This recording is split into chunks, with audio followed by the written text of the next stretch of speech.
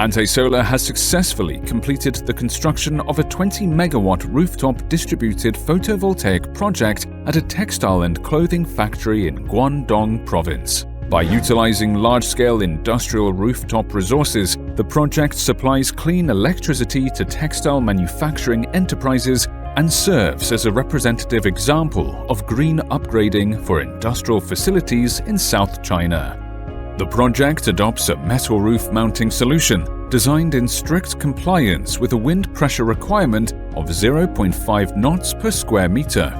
The system features a flat-laid, single-span, multi-row vertical module layout using a professional configuration that combines clip lock, H-rails and mid-end clamps, ensuring structural stability and installation efficiency.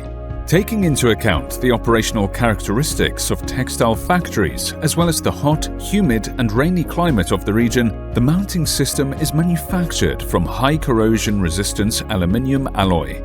In addition, a standardized pre-assembly design was implemented, significantly simplifying on-site installation and improving overall construction efficiency.